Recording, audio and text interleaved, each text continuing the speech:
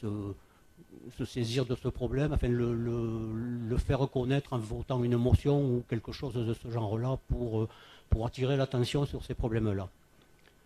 Voilà, donc ça c'était la question principale. Et comme il n'y avait qu'une seule question, je vais tout vous dire d'un coup, hein. Comme il n'y avait qu'une seule question, le Conseil citoyen souhaiterait profiter du temps restant pour un suivi éventuel des questions qui ont été posées auparavant.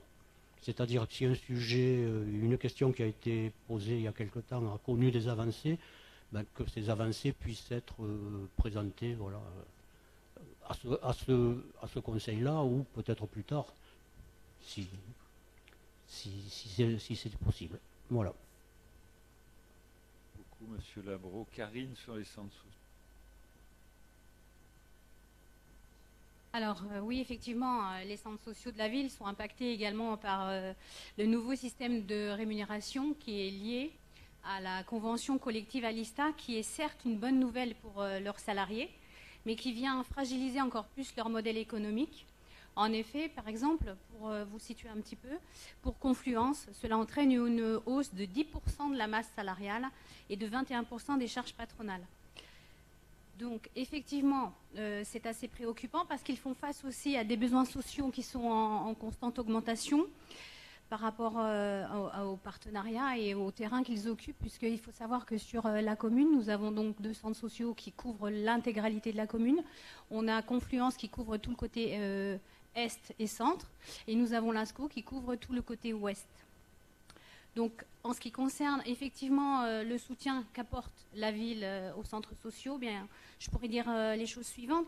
C'est que depuis 2020, la ville leur a montré son soutien plein et entier, en conventionnant sur 4 ans concernant leur agrément afin de couvrir leurs besoins en socle fonctionnement et pour leur laisser toute la latitude nécessaire pour faire face à leurs besoins. Cela ne se fait pas ailleurs. On est la seule ville à faire une convention sur 4 ans pour assurer ça aux centres sociaux. Également, on a réévalué le montant des subventions sur les 3 dernières années à hauteur de 60 000 € en 2023, avec un montant global pour les 2 centres sociaux qui va jusqu'à 600 000 €. En maintenant également la compensation financière des personnels qui étaient mis à disposition dans leur fonctionnement, puisque ces personnels sont partis à la retraite. Donc la ville a souhaité maintenir la rémunération pour pouvoir les soutenir. En investissant également avec des travaux d'aménagement sur le bâtiment Jacques Brel, où se trouve actuellement le centre social Confluence. Également en requalifiant l'extérieur Georges Brassens, qui va pouvoir profiter également aux centres sociaux. Jacques Brel, pour information, la demande de travaux est actuellement à 97 500 € hors taxe. Et pour Jacques Brel, enfin l'espace extérieur Georges Brassens, pardon, c'est à hauteur de 850 000 €. En essayant au maximum de répondre à leurs besoins liés aux différentes activités, qui sont les demandes de salles et de matériel, en échangeant régulièrement avec les différents partenaires qui sont l'ACAF, le département, lors des conseils d'administration et des COPIL, et en étant à leur côté, évidemment, lors de la mobilisation nationale qui était mercredi dernier, à la Victoire, mais également en organisant des rencontres régulières avec les services et monsieur le maire. Donc, effectivement, on est très à l'écoute des centres sociaux et on est avec eux concrètement en permanence. Oui, donc Karine qui était à la manifestation aussi avec un certain nombre de collègues, je ne sais plus quand, là, mercredi. Donc en effet, donc, nous on a un investissement assez important vis-à-vis des centres sociaux, parce que c'est quand même une subvention qui est presque la moitié du budget du CCAS. Donc c'est considérable. On fait partie des rares villes qui ont plutôt augmenté notre aide d'ailleurs depuis 3 ans. Je crois que c'est assez rare. Il y a même des villes qui ont fermé, vous l'avez vu peut-être dans la presse, un certain nombre de centres sociaux. Et en plus, en investissement, on n'est pas loin du 1 million d'euros, parce que si on rajoute ce qui a été fait par exemple au parc de Feydit, l'espace Brassens avec la salle de spectacle également, et puis là l'aménagement extérieur qui lui va représenter 800 000 € d'investissement sur 2 ans.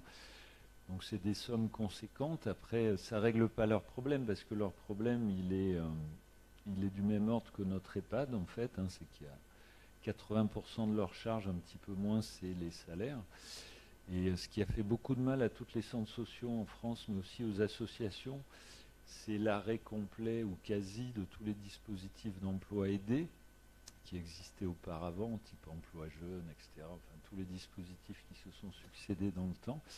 Aujourd'hui, il n'y en a quasiment plus.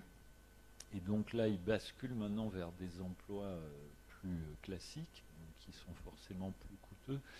C'est pour ça que les charges patronales augmentent plus que les salaires, en fait. C'est que la nature des emplois change aussi. Et donc, ils se retrouvent un peu comme d'autres établissements, hein, malheureusement, nous aussi, dans certains cas, avec l'EHPAD notamment, avec forcément un déficit budgétaire. Donc, nous, on les a rencontrés longuement, notamment Confluence, l'ASCO pas encore, mais bon, c'est la même problématique. On leur a proposé de travailler sur la durée aussi, par rapport à ce que fait la ville par ailleurs, pour voir quelles sont les possibilités d'agir, d'envisager aussi peut-être de nouvelles activités, notamment dans le champ de l'ESS, recyclerie, enfin toute une série de projets comme ça, où on pourrait peut-être les accompagner, puis de solliciter d'autres partenaires. La CAF intervient déjà pas mal, faut le reconnaître, mais je pense qu'ils ont encore les moyens d'aller plus loin que ça. Le département, assez peu quand même, hein. Je trouve que l'aide est faiblarde, donc on va essayer d'intervenir auprès du département. Et l'État, donc ça c'est la grande demande qu'ils vont faire. Bon, donc on fera peut-être une motion le moment venu, mais pour l'instant on est dans les discussions avec eux. On calera un dispositif, on a convenu de se revoir pour une série de réunions. Et donc au budget en mars, on y verra plus clair. Donc si à ce moment-là, il y a besoin d'interpeller d'autres, on le fera. Mais c'est un peu la difficulté des villes, c'est que nous, en fait, on est confrontés exactement aux mêmes problématiques, en fait. Je vous l'ai déjà exprimé, mais nous, cette année, la masse salariale, elle augmente de 2,4 millions. On a l'inflation également sur tous les postes. Par exemple, les assurances, on passe de 40 à 130 000 euros quand même. Merci les assureurs, mais comme il n'y en a plus qu'un, forcément, c'est délicat de négocier quand il n'y a plus qu'un assureur en France qui accepte d'assurer les collectivités. Donc voilà. Et au final, comme l'État se désengage un petit peu partout, tout le monde vient taper à la porte de la ville. Mais avec les centres sociaux, ça se passe extrêmement bien, parce qu'ils sont très conscients des efforts qu'on a faits et qu'on est prêt à faire. Pascal Bru me rappelle également que la salle Brassens, qui a ouvert, peut-être certains ont profité déjà de spectacles là-bas à l'ASCO, c'était aussi 600 000 euros la première année. Donc on va être à 800 000, 600 000, plus Edith et d'autres, plus qu'a dit Karine. Voilà, donc nous on est un peu au maximum, mais on ne les laissera pas tomber. L'idée c'est évidemment de pérenniser leur activité, mais ça veut dire de réfléchir à l'ensemble aussi. C'est-à-dire qu'on ne peut pas empiler des activités, ne serait-ce que pour les publics concernés, il faut que les choses soient claires et lisibles. Parce que si tout le monde se mêle de tout, à la fin, les gens ne savent plus à qui s'adresser, en fait. Donc on a convenu avec les centres sociaux, je dis les centres sociaux, en fait, Confluence pour l'instant, puisque c'est eux qu'on a vus, de rebalayer un peu tout ce qui est fait sur le soutien scolaire, sur les ateliers informatiques, sur les sorties vacances, etc. Parce que nous, Mission Jeunesse fait des choses, la médiathèque fait des choses, le CCS fait des choses, les centres sociaux font des choses, etc. Bon, des associations autres aussi font des choses. Donc il faut qu'on arrive à piloter tout ça, peut-être sans empiler tout le temps les uns et les autres des actions. On va trouver une solution. Mais c'est vrai que ce serait bien que l'État ne laisse pas totalement de côté, comme c'est le cas aujourd'hui, le monde associatif, en fait. Parce que l'arrêt des emplois aidés et des subventions, c'est mortel. Ça a été un coup terrible pour eux, parce que les emplois aidés, ça permettait quand même de faire fonctionner bon nombre d'associations, de clubs, de centres sociaux et autres. Et puis c'était très utile, parce que ça mettait le pied à l'étrier à plein de gens qui ensuite trouvaient des postes soit pérennisés dans leur structure, soit ailleurs parce qu'ils avaient acquis une expérience. Là, aujourd'hui, ces possibilités n'existent plus, donc c'est vrai que c'est beaucoup plus compliqué. Voilà, donc je pense qu'au moment du budget, on sera à même de vous dire un petit peu quelque chose. Sur le point que vous avez sollicité, la plupart du temps, on vous a donné des réponses au fur et à mesure en conseil, hein. Je ne veux pas être trop long là parce qu'on n'a pas un temps très, très important, mais de toute façon, on se voit samedi, puisqu'il y a une réunion citoyenne, mais c'est pas tout à fait les mêmes, certes, mais enfin bon, on a plus de temps à ce moment-là.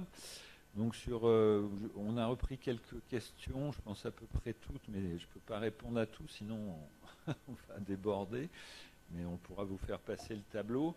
Donc sur la réserve citoyenne, pour l'instant, on s'est inscrit dans le dispositif de Bordeaux Métropole. Donc il y a quelques habitants qui se sont inscrits via le dispositif qui a été ouvert. On continue sur le travail, mais l'idée c'est de ne pas compliquer avec que chacun ait une réserve citoyenne, parce que comme c'est fait pour notamment gérer des situations type catastrophe naturelle par exemple, s'il y a beaucoup de structures, c'est plus compliqué à gérer, mais bon. En tout cas, celle de la métropole existe, donc ça c'est déjà une bonne chose. Et puis on poursuit la réflexion pour le reste.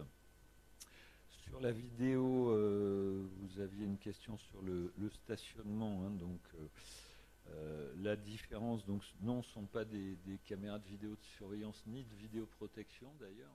D'ailleurs, la ville, je le précise, n'en a pas.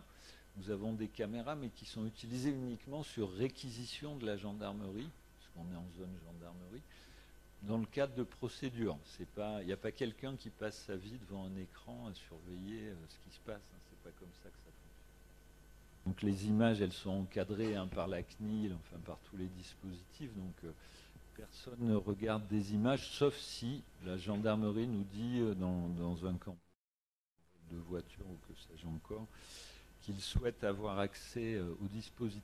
Là, c'est des caméras. On a remplacé les caméras qui étaient obsolètes pour ce qui est de la gendarmerie. Pour ce qui est du stationnement, en fait, c'est une assistance à la police municipale pour vérifier les heures d'arrivée et de départ des véhicules en zone bleue. Donc, il n'y a pas d'image, sauf s'il y avait un problème. Et en effet, à ce moment-là, on peut débloquer le logiciel à des fins de visionnage, mais pour l'instant, ça ne s'est pas produit. Sur la stratégie financière, tout à l'heure on a l'Europe, donc on va pouvoir l'évoquer. La convention citoyenne, je propose qu'on en parle plutôt samedi parce que ça sera l'occasion. Le Bourdieu, donc depuis les choses ont évolué puisque la métropole est propriétaire. Il y aura des groupes études projets qui vont démarrer là sur les équipements publics. Le rapport sur la qualité de l'eau, c'est la régie qui est en train de travailler. On a un plan de protection de la ressource d'ailleurs, qui nous a valu d'ailleurs quelques remarques favorables, notamment sur le dispositif de la piscine, où on a une forte réutilisation de l'eau dans cet établissement, mais il y a aussi des distributions par rapport aux économies d'eau. Voilà en gros les principales questions qui avaient été. Le projet du domaine d'utile, c'est un peu comme le Bourdieu, donc on va en parler tout à l'heure puisqu'il y a une délibération sur ce sujet, puis ensuite on aura la concertation à partir du mois de mars sur ces sujets-là. Mais il faut quand même rappeler que le Tille et le Bourdieu sont pour l'instant de propriété de la métropole. Donc c'est aussi avec la métropole qu'il faut qu'on regarde quel est le devenir de ces structures-là, ce qu'on en fera ou pas, etc. Et du Perrier, on a un document également tout à l'heure, qui est le premier document d'acquisition du site Ariane Group de Bordeaux-Jalles. Donc là, en fait, il y a deux projets un peu concomitants dans l'idée, en tout cas. Il y a la zone de préemption des espaces naturels sensibles qui intègre en partie ce secteur. Donc c'est un secteur très protégé, donc ça ne sera pas Luna Park de toute façon. Il y a une zone de biodiversité très très fragile à respecter, donc il sera un simple accès, mais pas d'aménagement lourd. Ça c'est certain. Le Bourdieu, on va commencer à réfléchir. En fait, il y a plusieurs parties. Il y a la Chartreuse et son parc, il y a le bois, voilà, il y a plusieurs dimensions. Et le TIL, on a la gestion du parc, mais la propriété reste à Bordeaux Métropole ainsi que le bâtiment. Voilà, donc chaque sujet est un petit peu différent. C'est pour ça que le groupe de travail qui s'enclenchera au mois de mars là, permettra à ceux qui sont intéressés de faire des propositions, de prendre connaissance aussi de tout ça, quoi, de manière un peu claire. Mais sur ces aménagements-là, hein, c'est pas pour clore par avance le débat, parce que le débat il est toujours intéressant, mais c'est quand même des espaces très sensibles avec des fortes contraintes. Voilà, c'est pas des espaces, c'est pas un pré à Magudas où on pourrait dire tiens, on va... Donc à chaque fois il y a quand même, par exemple au TIL, on est sur le périmètre de protection des sources, donc on ne peut pas par exemple construire un bâtiment. Bon, voilà. Sur Ariane, on est en pleine zone protégée de biodiversité, donc on ne peut pas non plus imaginer beaucoup de choses. Et le Bourdieu, on est sur un bâtiment qui est d'abord pour l'instant continue d'appartenir à la métropole, donc il faudra voir si on l'achète et comment. Et qui est lui-même très contraint parce qu'en fait il est classé au titre des monuments historiques. Et même au sein du bâtiment, il y a des pièces classées. Et donc ça veut dire qu'on ne peut pas dire tiens on va faire je sais pas un restaurant que sais-je, une bêtise, hein. Voilà, mais donc ces contraintes là il faudra les intégrer pour travailler au sein de ces groupes là.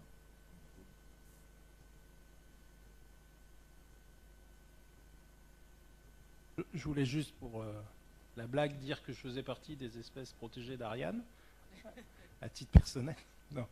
Non, c'était pas ça que je voulais dire surtout. C'était vous donner une information au Conseil citoyen puisque vous en avez fait la demande. On n'a pas pu le faire là. Enfin, on n'a pas finalisé le processus là. On fera en sorte dorénavant d'envoyer à minima le mardi les questions à l'ensemble des élus qu'ils aient l'info de voilà et en espérant que ça motive nos collègues de l'opposition.